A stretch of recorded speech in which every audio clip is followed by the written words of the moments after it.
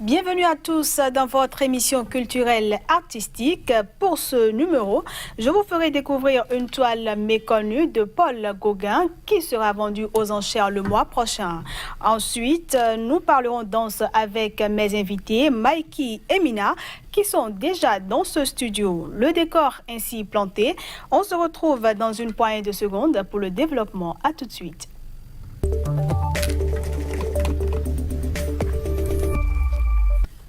Je le disais tout à l'heure, une toile méconnue de Paul Gauguin qui n'a été montrée en public que 2 fois en quelques 140 ans sera vendue aux enchères le 29 mars prochain par Sotheby's à Paris.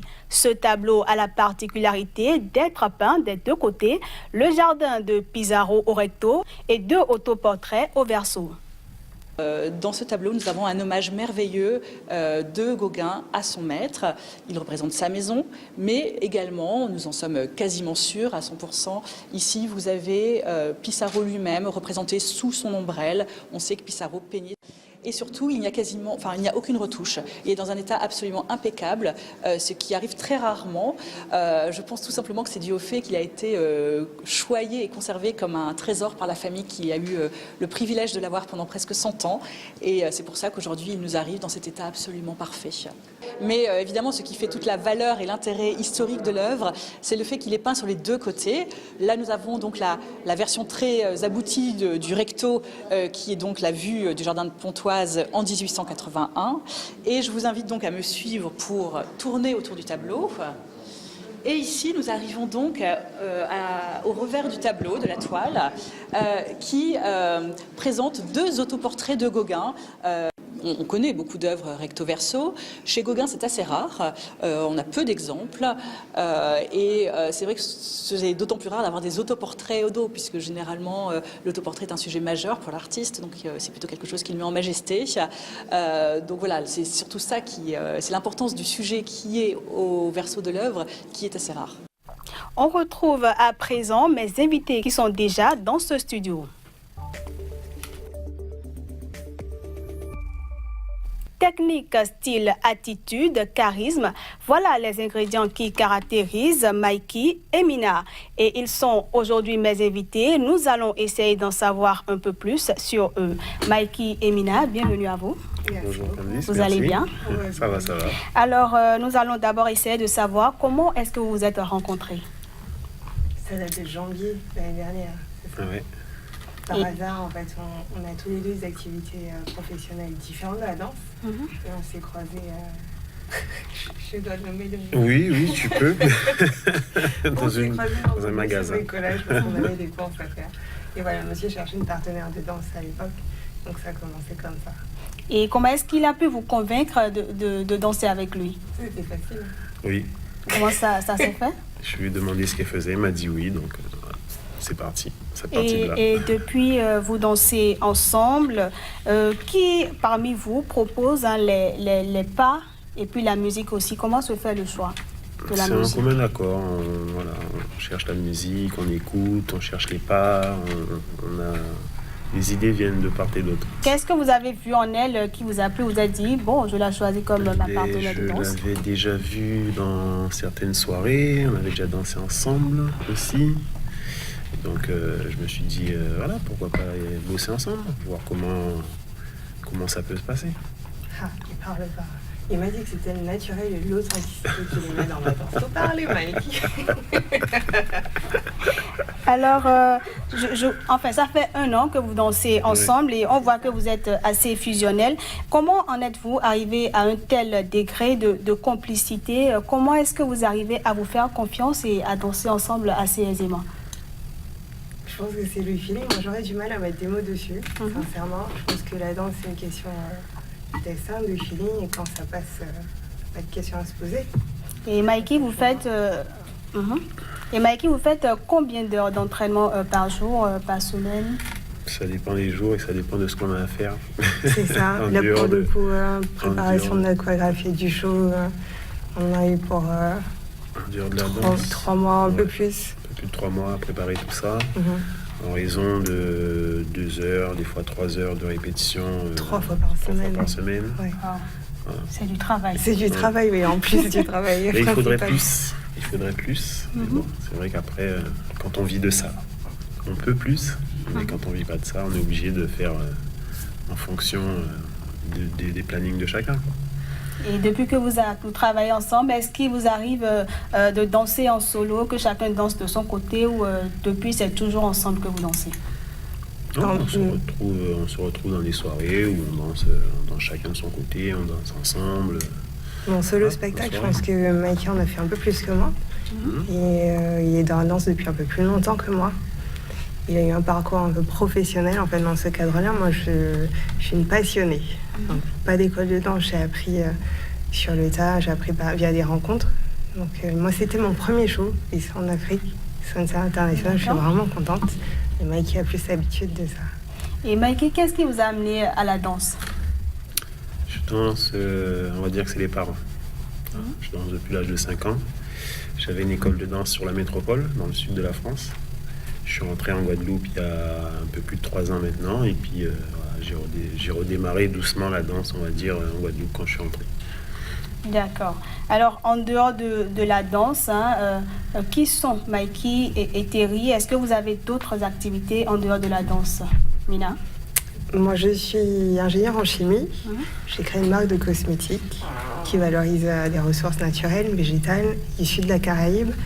Et je suis auteure depuis très récemment aussi.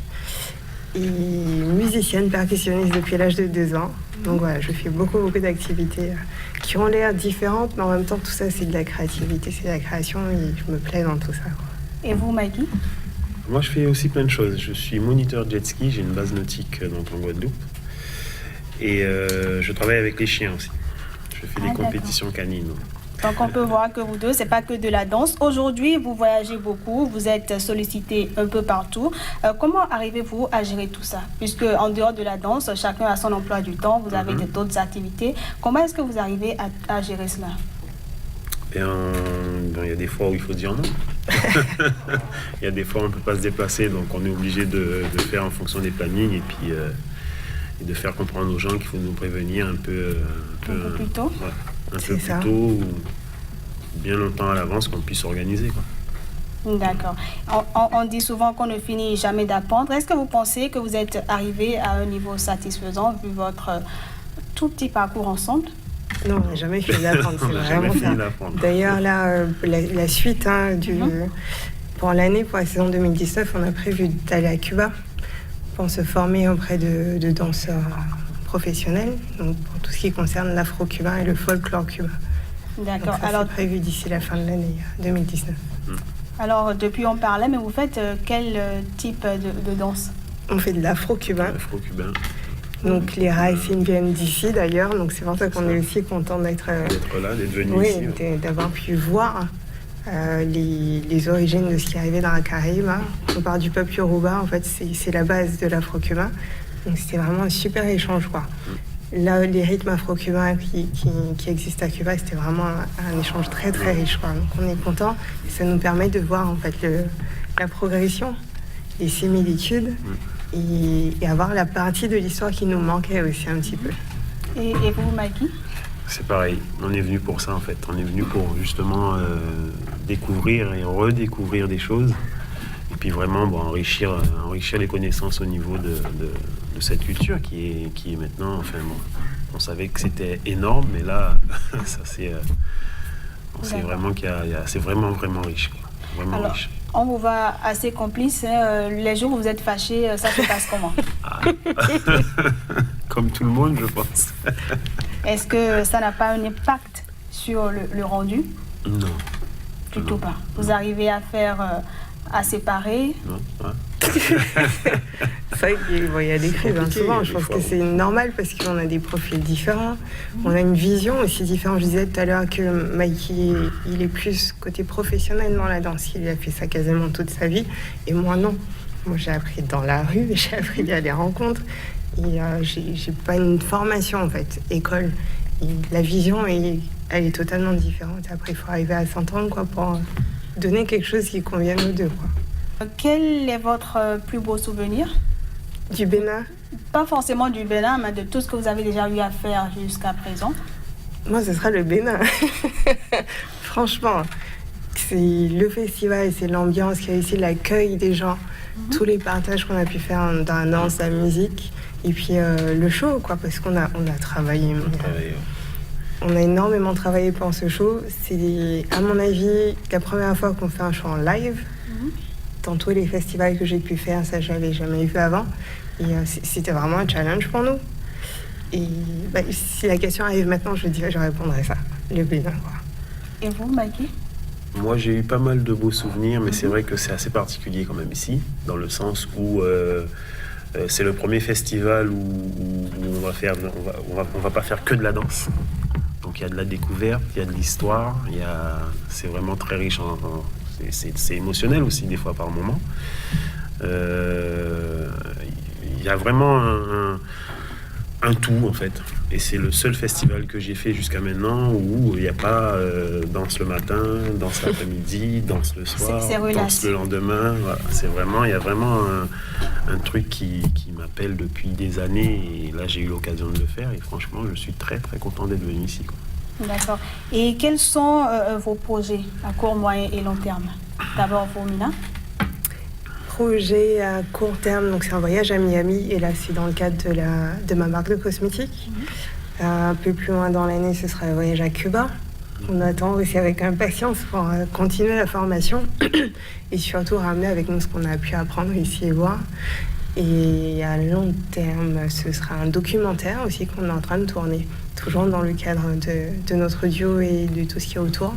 Un documentaire qui s'appelle Trio et qui, j'espère, sortira d'ici 2020. Ouais, fin 2019, début 2020. C'est ça. C'est prévu. D'accord. Vous avez quelque chose à ajouter? Mais déjà, merci au Bénin de nous avoir accueillis de cette façon parce que c'était très, très, très, très bien.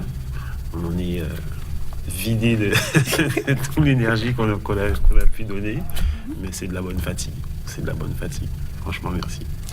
Merci à vous également, Mikey et Mina, pour cet échange. Ça a été un plaisir de vous recevoir. Merci à vous. Bon retour à vous. Merci beaucoup. Eh bien, fidèles téléspectateurs, Artistique est fini pour aujourd'hui. J'espère que vous avez passé de bons moments en notre compagnie. Je vous donne rendez-vous la semaine prochaine, toujours avec le même plaisir.